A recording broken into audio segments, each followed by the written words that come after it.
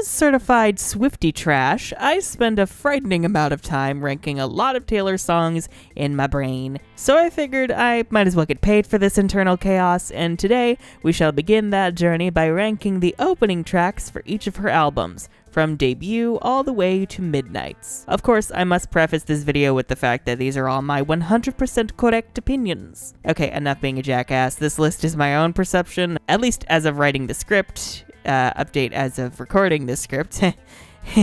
My how things change. Everything has changed. If you disagree with any of my takes, okay, alright, I really don't care. You're kind of supposed to have your own idea of which songs hit you more. I'm just sharing with the group. And admittedly, I do have biases for certain albums over others. Specifically, I'm still not very big on Debut, please don't shoot me. And I'm also not all that in love with Fearless and 1989. But Red, Folklore and Evermore, Reputation?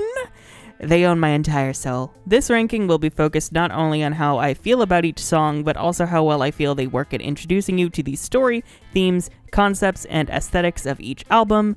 And so without further ado, let the ranking begin. You think to McGraw, I hope you think of me. Yeah, remember 10 seconds ago when I said I wasn't that big a fan of Debut? It didn't take very long for that to become clear, did it? Okay, now to be fair, I actually do like the song. It's one of the few songs on Debut I find myself going back to occasionally, once in a blue moon, and whose melody can easily get stuck in my head. It is aggressively country with a very cute twang, which I actually enjoy, and I definitely respect Taylor for coming up with such clear, empathetic imagery at such a young age. Truly, her songwriting has always been unmatched. It's a pretty relatable vibe of things we associate with past relationships and wishing that means someone you were once with will think about you from time to time. Also, damn, that whole trope of repeating lyrics, except they mean something entirely different the second time. It started here. He said the way my blue eyes shined put those Georgia stars to shame that night. I said that's a lie. First time, super cute. Second time, I wish I was dead. Overall, a really good song that is reminding me to give Debut another chance one of these days, and makes me wonder if it'll finally hook me when it gets re-recorded. But still, I must be honest and say that it does not hit me the way that all the other openers do. So to the bottom of the list you go, Tim McGraw. Honestly, I just don't really think about you all that much. I forgot that you existed. Lover as an album deserves her flowers. She never really got her time in the spotlight and overall tends to be overlooked and underappreciated. And maybe I'm not helping that by putting its opening track at the second to last spot. Oop, but you know what? Some artists' bars are just so high, even their weakest songs are everybody else's best. I will die on the hill that me is not that bad, y'all. It is not that bad. Coming off of Reputation, Taylor's darkest album yet, it was incredibly important for Lover to immediately set itself apart as a more lighthearted jaunt into the daylight of purple pink skies. And given Reputation was very focused on revenge, it makes sense that Lover's opening track is about dismissing those who've hurt you in order to fully enjoy your life in gay bliss, or straight bliss. I don't know what the straights do. Sonically, the song isn't my favorite. The beat is catchy and the production does its job, but I'm just not in love with the sound. The poppy vibes of Lover shine a lot more in other songs like Cruel Summer, who's finally on the charts where she belongs, where's the music video, Taylor, or Paper Rings. That's my main issue with I Forgot That You Existed, because everything else I am in love with. I am absolutely here for this carefree vibe, floating above all the venom and vitriol, while you enjoy all the great things life has to offer. You recognize that someone has hurt you, but you also realize that by feeding further into the problem by engaging, you're just adding fuel to the fire. So instead, you disengage, albeit while making a bit of a show on your way out. You only give your energy to things which serve you. Personally, that is a perfect way to cut off Reputation's story to begin the Lover era, and also to allow for full exploration of domestic cuteness and authentic messy love. Y'all need to respect Lover. Compliment her right now. Fearless as an album didn't really win me over until Taylor's version came out. Again, Taylor's imagery hits really well, describing both the fear and courage within a wholesome young love, a concept incredibly foreign to a gay like me. We don't really get to experience this shit until our 20s at the earliest, but you know what? I enjoy me some fiction. Fearless sets the tone, the vibe, and the genre the moment it starts playing, and wastes no time setting the scene.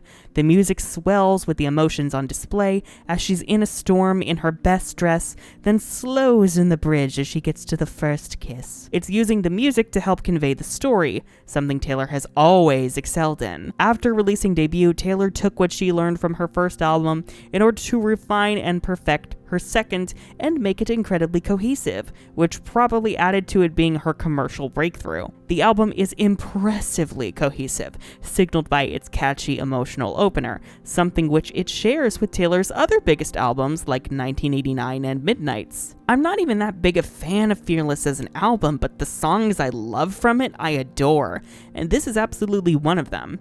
Truly, I just don't know how it gets better than this. I mean, actually, I do, but I'm just trying to make this joke work, okay? Are you ready for it?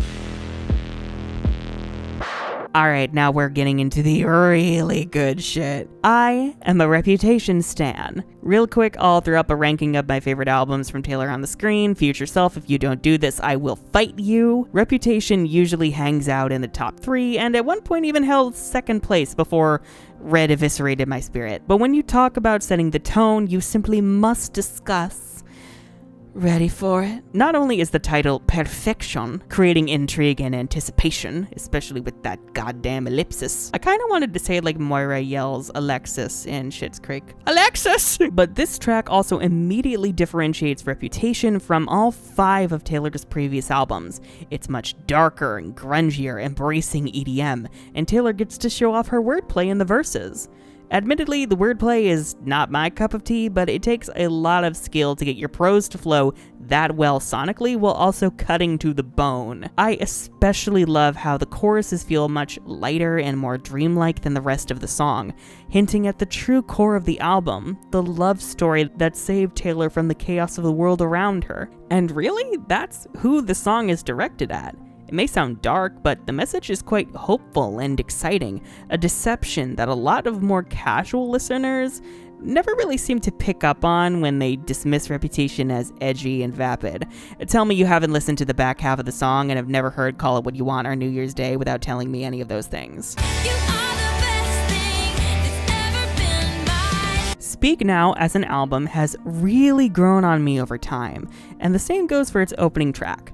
The more I sit with it, especially Taylor's version, the more I came to appreciate how much Taylor had honed her storytelling, which means she did her job well, since that was the whole point of this one being self-written. Mine does a great job in establishing that storytelling right off the bat. The imagery has a cinematic, almost fairy tale vibe about it that definitely tracks through the rest of the album, and I really enjoy the production and melody.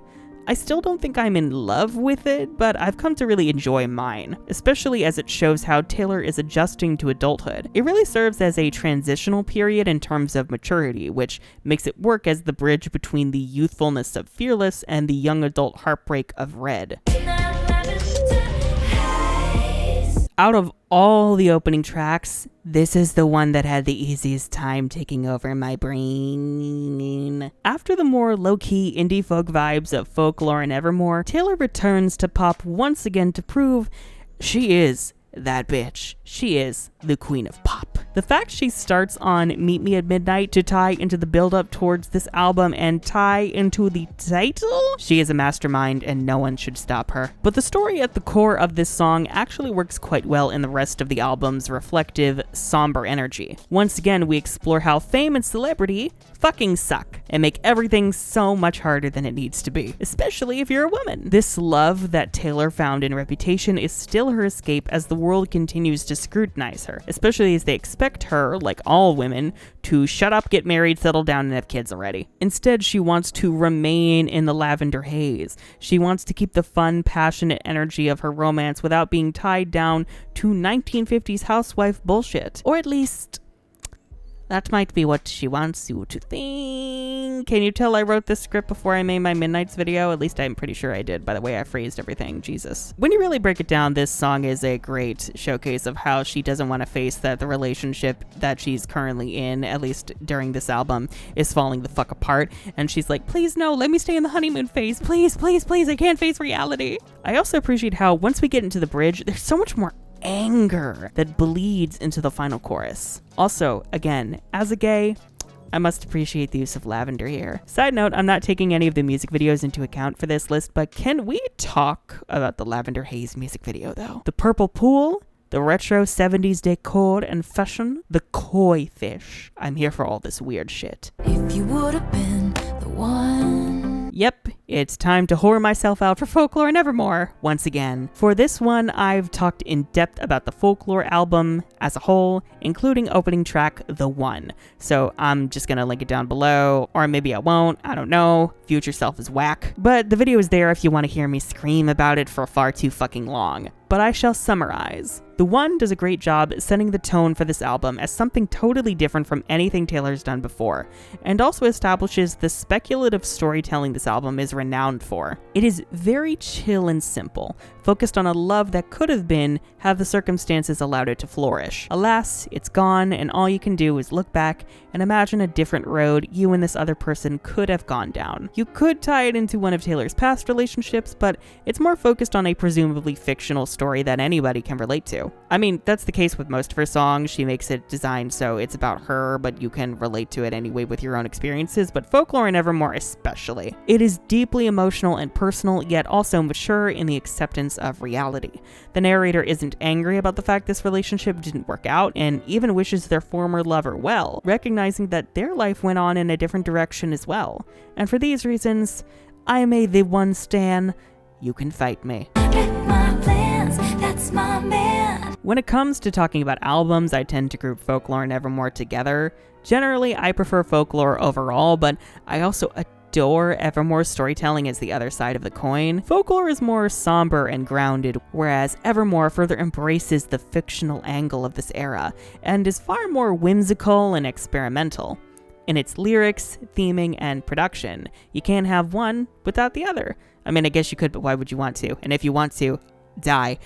But oh my god, Willow does such a perfect job of introducing you into Evermore's mystical world. And honestly, I'd argue it does a better job at introducing you to the album than The One. These witchy strings are absolutely hypnotic, perfectly capturing this image of the narrator creating this idealized lover who effortlessly slipped into her life and stole her heart. The imagery of cutting through rough waters, and of course the metaphor of life as a willow bending to her lover's wind, perfectly capture the experiences Taylor wants to portray. Clearly, Willow has successfully placed me under her spell, and y'all need to give Evermore her damn flowers. This is a state of grace. Shocker, I'm a Red stan. This album is perfect in its messiness and incohesiveness. It's an album about the full spectrum of emotion and the unrelenting turmoil of a Red love. State of Grace looks at that full story from above, looking back on everything with the wisdom of having emerged from the train wreck intact,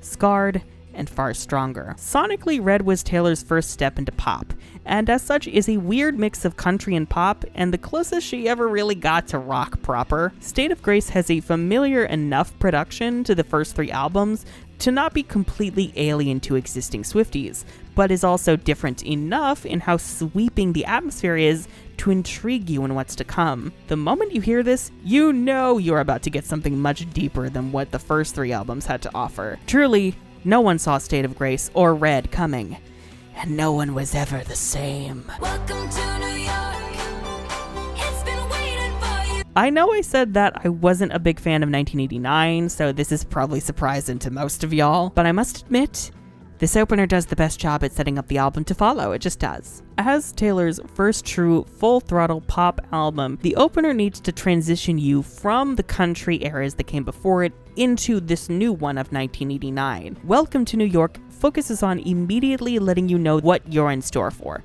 More synthy, poppy vibes that immediately create the image of a bustling metropolis that Taylor is taking by storm. It works on several layers, not only for Taylor actually moving to New York City itself, but also for her pop star advent, searching for a sound we hadn't heard before. And moving on from Red, there's this feeling of moving on to bigger and better things, putting your broken heart into a drawer so that you're free to reinvent yourself, potentially in a gay way, who knows. She's still acknowledging her roots, but she's also unapologetic in this evolution of herself, her brand, and her sound. She didn't move into pop because she was selling out. She just genuinely wanted to move into pop. You know, God forbid someone actually want to make pop music and someone actually put effort into it and think it's, you know, worthwhile because people enjoy it and it makes people happy.